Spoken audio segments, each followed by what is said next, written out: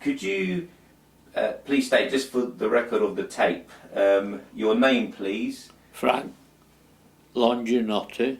And your date of birth, please? 1st of September 1928. And whereabouts were you born? Manchester. And so this was 10 years before the Second World War broke out. Would be, yeah, perhaps. And can you tell me a bit about your dad regarding where he came from in Italy and where he moved to and what he done as a profession for those years leading up to Santa the war? Maria del Taro, as far as I know, that's where he came from. But apart from that, I think his father was in the cloth business, you know, and sold that, and I think my father decided to make a visit to England. As far as I know, made this visit and, well, must have liked it and stayed. Did he have family over here himself that he came to visit? I think he had an uncle or a cousin or something. And that uncle or cousin were they in the ice cream? Yeah, yeah. And is that what your dad eventually went in to do? That's where he must have got it from what I understand. As I say, I'm not sure. And can you describe a bit about your dad's everyday life as an ice cream seller?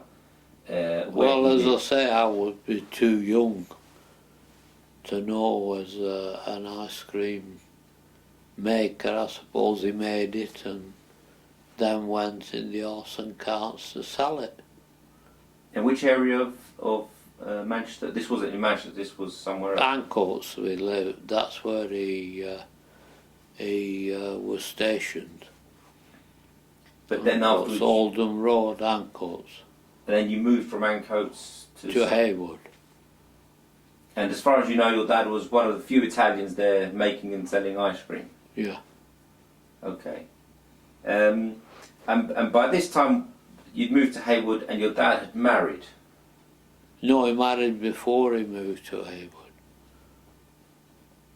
And then, but you and your brother were born in Haywood? No, I was born in Manchester. Oh, I see. And then moved to Haywood Okay. as babies. Oh, I see. So, it's a very young family when you moved to Haywood, and your dad takes what he's learnt from Manchester, being in the ice cream business, over to Haywood, and starts his own little business, self-employed business. Yeah. So he's got from Haywood. So he's got a horse and a cart. He makes the ice cream himself, and he goes around. So your dad would have been probably quite well known. Oh yeah, very well known.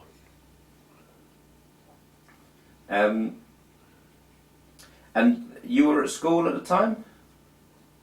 Would I be old enough for school? I went to school eventually, of course, but I think I'd be too young for school when they first moved to Haywood. Okay, so I guess your mother remained at home looking after the children. That's right. And your dad went out to work. Okay. And so it seems like quite a close family in an area where there's only one Italian family around making and selling ice cream, which is not uncommon for Italians at the time. That's right. And then this war comes along, which you say you can't remember too much about. Could you tell me what you do remember about the occasion? Well, what occasion? Sorry, not occasion. Regarding the removal of your father, can you? Well, as I said, police just came and collected him, and we never saw him again. And in the time that they take him away, did you hear anything from him? No, don't know where he moved to or anything. And then, unfortunately, your dad was one of the unfortunate ones to be deported, and how did you hear about the eventual loss of your father? The authorities never contacted you, did they? Well, I don't know. I would imagine it was news, wouldn't it? Did you say you had a family member that went to Liverpool? An uncle. Oh, my mother's sister. They went to Liverpool. They had a shop there, milk bar. And did they go? Was there a list of people who'd been? I'm just trying to. Arandora Star, yeah. There was a list at Liverpool. Now, I don't know who went, but somebody went to check it, and my father's name was on the list. And of course, then they brought that news back home. Yeah, to my mother and that. And in the meantime, your mother's left with 2 children. Mm-hmm. So did she carry on making ice cream, or did she go into... Oh no, she carried on. And of course me and my brother helped weekends and after school, that sort of stuff. And then the rationing came into effect. That's right, the war broke out and rationing came in, and stuff like ice cream was banned because of the sugar that they used. So did your mum go into another side of the catering business? Fish and chips. And this wasn't on a barrow, obviously, this was in... No, this was in the shop. And so did you then go and help in the fish and chip shop? Oh yeah. After school, and eventually... After school and weekends and holidays. Your mother, she was born of Italian parents, but she was born in Great Britain. That's right. So, did she have any restrictions placed on her movements, or...? No. She was... British citizen. No, she had no restrictions or anything put on her. Okay. And did you say that your grandfather on your mother's side was already over here? Yeah. At the time. Do you know what he was doing in regards to his business, his employment? Ice cream, he was doing ice cream. And this was back in Ancoats? Yeah. Okay. Oldham Road. Ancoats. And was he was he interned as well, or did he miss intern? No, he died, 1939. So it was before the war. Right. You're dealing with on 1-to-1, aren't you? Yeah. It's not you're in a shop or in an office and you're dealing with 2 or 3 people. When you're dealing with the public, you're dealing with a lot of people. Exactly. On a daily basis, maybe. Yeah, especially children with ice cream, you know. So I guess they get to know them on first name basis. And They do? Oh yeah. Yeah, my father could ramble off children's names one after the other, you know, you get to know them. Very pleasant job, really, you know, the ice cream. Did he have I've read that the ice cream people, they used to have an organ which they would grind to announce their arrival. No, that was before, you know, me going back a good few years.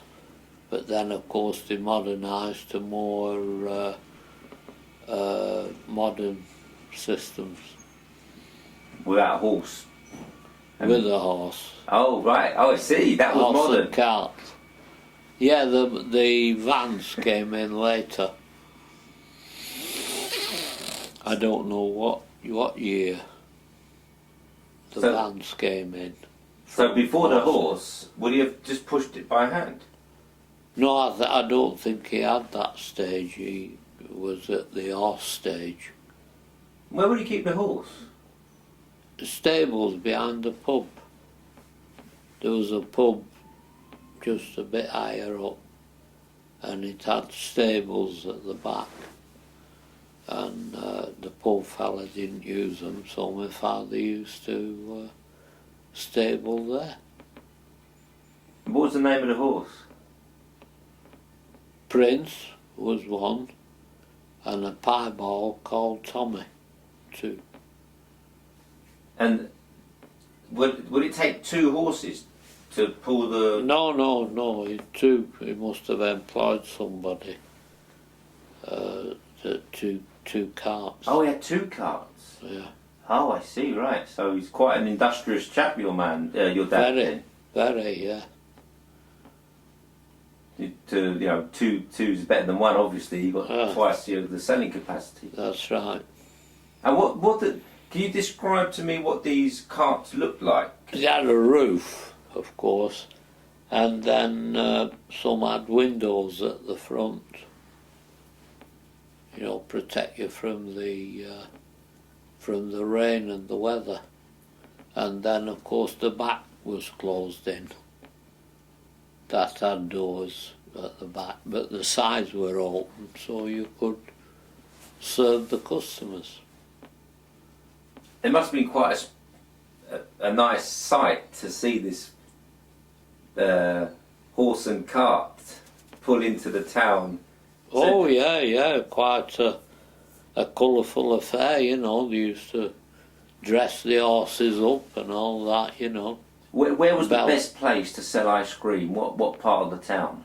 Well, I think you did the streets, you went round the streets, the area. And of course, children playing in the streets. Any events or anything, carnivals, they had a lot of May Days and all that sort of stuff. And parties, they all had ice cream on an wholesale basis. Parties, weddings even, supply weddings and schools when they have a special occasion. So it was quite a popular commodity. And I guess going through the streets with children playing, because there's not that many cars in them days. No, there was no cars. There was probably no need to announce his arrival because... Well, they had iron wheels, so the wheels made a noise, and that's where people could hear you. And then they would crowd round and... Yeah, that's right, they'd come out, because there's no fridges or supermarkets where you could store ice cream, whereas now they've got refrigerators, you can get ice cream anytime. And do you remember the flavours that were on offer at the time? Mostly vanilla and lemon. Some made a very popular flavour was lemon, flavoured with fresh lemons, you chuck it in. And slices of lemon. And do you remember the prices? Mostly a penny. Not 1 pence, the old penny, before your time, I would imagine. The old penny. The day's takings would be about 5 or 10 shillings, So in a pound, was it 240 pennies? Exactly. Right. And in a shilling there was 16? Shilling is... Or 24? 5, surely. 5 pennies in a shilling? I would think so. Half a crown there was, the 2 shillings. Yeah, sure, a shilling was 5 pence. So if there's 240 in a pound, there'd be 120 in 10 shillings. So there'd be about 60 in 5 shillings. Yeah, 5 shillings would be 60. Oh, I didn't know that. So that would be 60 ice creams? Yeah. And then 60 ice creams on the other one that he'd have that you'd had. So quite a good turnover then. Oh yeah, did quite well with it. And well enough to buy a house? Yeah, they had the house, and the house had a factory at the back, a building, which was the attraction. So he could put the ice cream machinery in and work from there. There was no other ice cream maker in Haywood. He was the only one. And in the winter, I guess ice cream's not that popular. No. So did he do something else in the winter? Not that I know of. I don't know, he may have done, but I don't know of anything that he did. So did he make enough money in the summer months to then see him through the winter? Well, I would imagine they struggled, you know. Oh, right. It was tough times in the winter. I think you relied on weddings and parties. Christmas time, there was a lot of people wanting ice cream in little ice boxes. Schools, when they were having the pantomimes and stuff like that, they would take ice cream just to take you through the winter. But it must have been a struggle, you know. Now, you said that people didn't have refrigerators, but did you have refrigerators to make the ice cream? Oh yeah, you made it with an electric machine. Oh, right. It's quite an advanced stage, this. Oh yeah. Not that he didn't rely on big ice cubes, big ice blocks to make. No. Not to make it. He used the ice blocks to store it. You know, you put it into a freezer, they called it, like a metal sleeve that went in, and then you put ice and salt round it to keep the ice cream all day. What? So is that how the van operated? That you'd have ice inside the van to keep the ice cream cold? Yeah, it's like a barrel, you know, similar to a beer barrel, but it had a sleeve inside, and then you put ice and salt round it. Why would you put salt on it? That's what froze it. It melted the ice and caused it very cold to keep the ice cream. Without the salt, it wasn't enough. Wouldn't work. So you'd have a block of ice, Yeah. and then you'd put salt on the ice to freeze it. No, you break it. You break the ice up Mhm. and put it around this barrel, and then you put salt in between the layers. And the salt would help it to. The salt would melt during the day, melt the ice, and keep it refrigerated. And then inside the hollow of the barrel, you would have the ice cream. The ice cream in. And these barrows, they held enough for, by the sounds of it, 60 servings, 50 or 60 servings of ice cream. Oh yeah, there's different sizes, but they were quite big. Or sometimes you put two in a cart if you needed them, you know. I've often asked myself, why did the Italians go into ice cream? But nobody seems to tell me. Because they weren't in ice cream in Italy. Wasn't, you know, they think, oh, Italy, it is now, it's very popular. But in them days, ice cream, I don't think any of them came from an ice cream family. And then you carried on after the war in doing fish and chips, and then you eventually went to open up a cafe, did you say? Or Yeah. serving fish and chips, or? No, a milk bar, not a cafe, a milk bar. Can you describe what a milk bar is? Because obviously, to me, a milk bar sounds like it serves milk. Well, it's mostly milk products. Ice cream, chocolate, cigarettes, milkshakes, all different flavours, of milkshakes and stuff like that. No food. Perhaps tea or coffee, I don't know, but it's mostly milk drinks, which were very popular amongst youths in those days. You know, they all went down to the milk bar and met there and carried on from there. There was none of this boozing that goes on now, you know, with young people. It's quite a different change in culture. Yeah.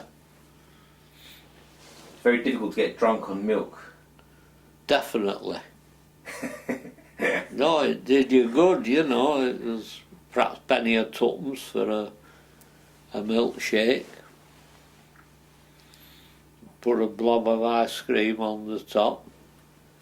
They called them floaters, I think they called them. And did that milk bar remain open until you retired? No. I don't know what happened. It fell back and then went back into full-time ice cream, me and my brother. So you went back into doing full-time ice cream Yeah. work? Oh, right. And what did that involve then? Seeing that must have been, what, did you get back into that into the 50s or 60s? It could possibly be that. 50s and 60s. Was it a more mechanised process then? Oh yeah. Oh, my brother did the manufacturing and I looked after the sales. So you more the business behind the two?